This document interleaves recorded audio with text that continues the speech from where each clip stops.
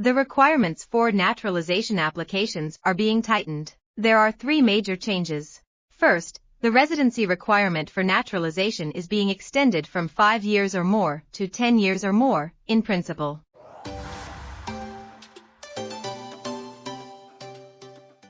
Hello, this is Rico.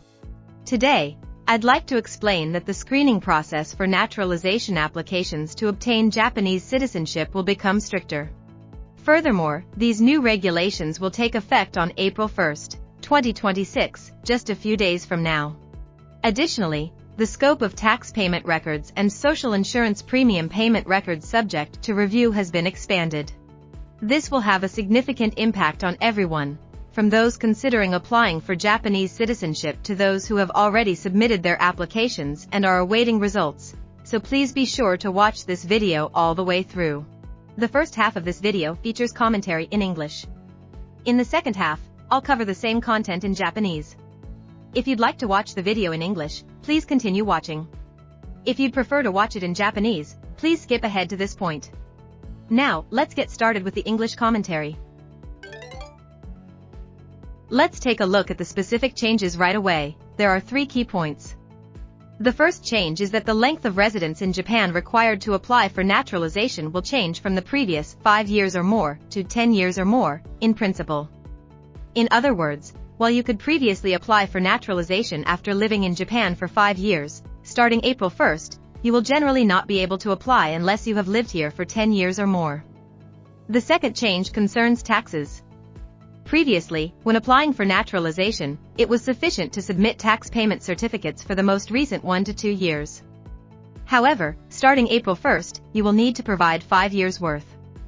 In other words, authorities will verify whether you have properly paid resident tax and income tax going back 5 years. The third point concerns pension and health insurance.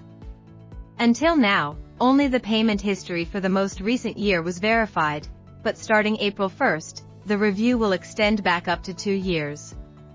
Individuals who have periods during which they did not pay pension premiums or were not enrolled in health insurance may be significantly affected. Furthermore, and this is particularly important, the new rules will apply to the review process starting April 1, 2026, even for those who have already submitted their naturalization application and are currently awaiting the results. Therefore, those who do not meet the conditions confirmed earlier are highly likely to have their applications rejected. Let's take a look at how these policy changes will affect you. First, if you were planning to apply for naturalization after living in Japan for 5 to 6 years, you will likely be unable to apply for several more years. Also, please pay particular attention to your past tax payments and social insurance contribution history. Some of you may have thought, as long as I've paid everything on time for the past year, I should be fine, but since the scope of the review is expanding, if you have a history of delinquency, the risk of your application being rejected increases significantly.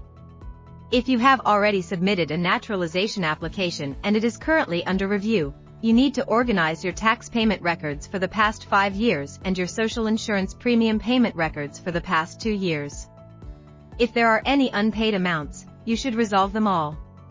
If you have changed jobs or are unsure how to verify your records, we recommend visiting your ward office, city hall, or pension office to confirm your status rather than making a judgment on your own. Here is a summary of today's video. The requirements for naturalization applications are being tightened. There are 3 major changes. First, the residency requirement for naturalization is being extended from 5 years or more to 10 years or more, in principle. Second, the scope of the review of tax payment history has been expanded from the past year to the past 5 years. Third, the scope of the review for health insurance and pension contributions will also be expanded to cover the last 2 years. These new rules will take effect on April 1, 2026, and will apply not only to those planning to apply for naturalization in the future but also to those who have already submitted an application and are awaiting the results of their review. For those considering applying for naturalization, claiming "I didn't know" will not be accepted, so please proceed with your preparations systematically to ensure you are ready for the new rules. I imagine there are some of you who, upon hearing about this sudden rule change, are feeling anxious and wondering, am I eligible to apply? I also suspect many of you are worried about your past pension and tax payment records. If this applies to you, please add us as a friend on our official LINE account via the link in the description and get in touch. Right now, we are offering a limited time, free one-on-one consultation where we can directly address each of your specific concerns. You can also contact us by phone. Please check the description for details. Simply taking advantage of this free consultation will help alleviate your concerns about taxes and pensions, allowing you to understand what steps to take next so you can proceed confidently with your naturalization application.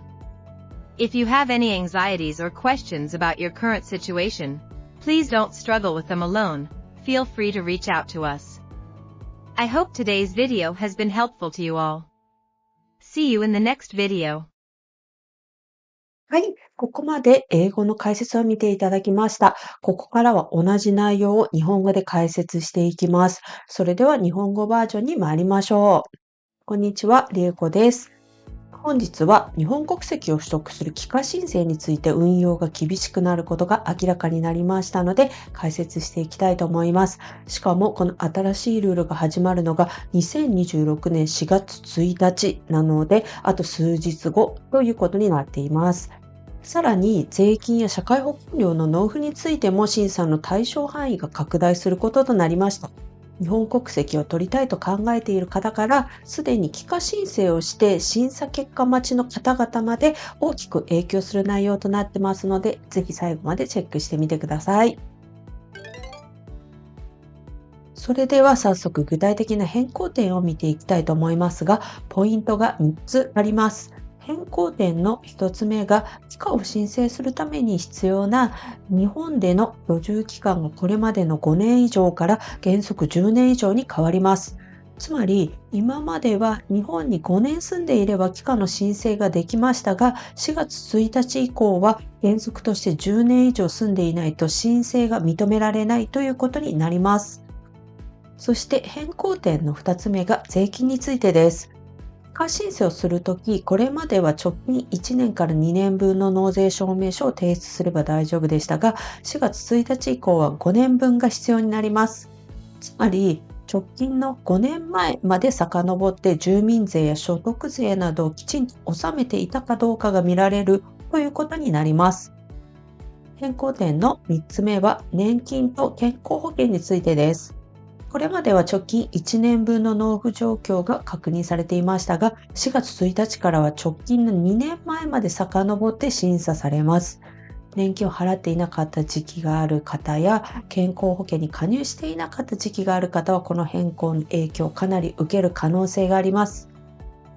そしてさらに重要なポイントとなりますが、現時点で帰化を申請して審査の結果を待っている人たちも2026年4月1日以降の審査では新しいルールが適用されますので、今見てきた条件をクリアしていない方は不可となる可能性が高いと考えられます。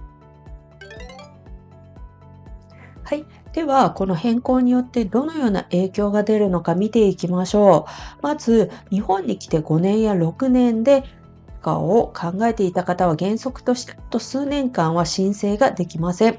また、特に注意してほしいのが過去の税金や保険料の支払い状況です。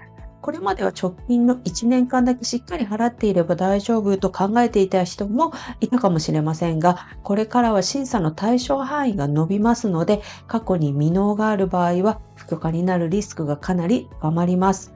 そしてすでに帰化申請をされている方で、現在審査中の方については、直近5年分の納税状況と直近2年分の社会保険料の支払い状況を遡って整理して、もし未納があるようでしたら全て解消していきましょう。転職をしている方や確認方法がわからない方は自分だけで判断せずに、区役所や市役所、そして年金事務所の窓口などに行って確認することをお勧めします。はい。では、今日の動画の内容をまとめていきます。帰化申請の要件が厳格化されます。変更点は大きく3つあって、1つ目が帰化に必要な居住要件が5年以上から原則10年以上に延長されます。変更点の2点目が、納税状況の審査の範囲が直近1年間だったのが直近5年間に広がり、さらに3つ目が、健康保険と年金の納入状況の審査範囲も直近2年間に拡大します。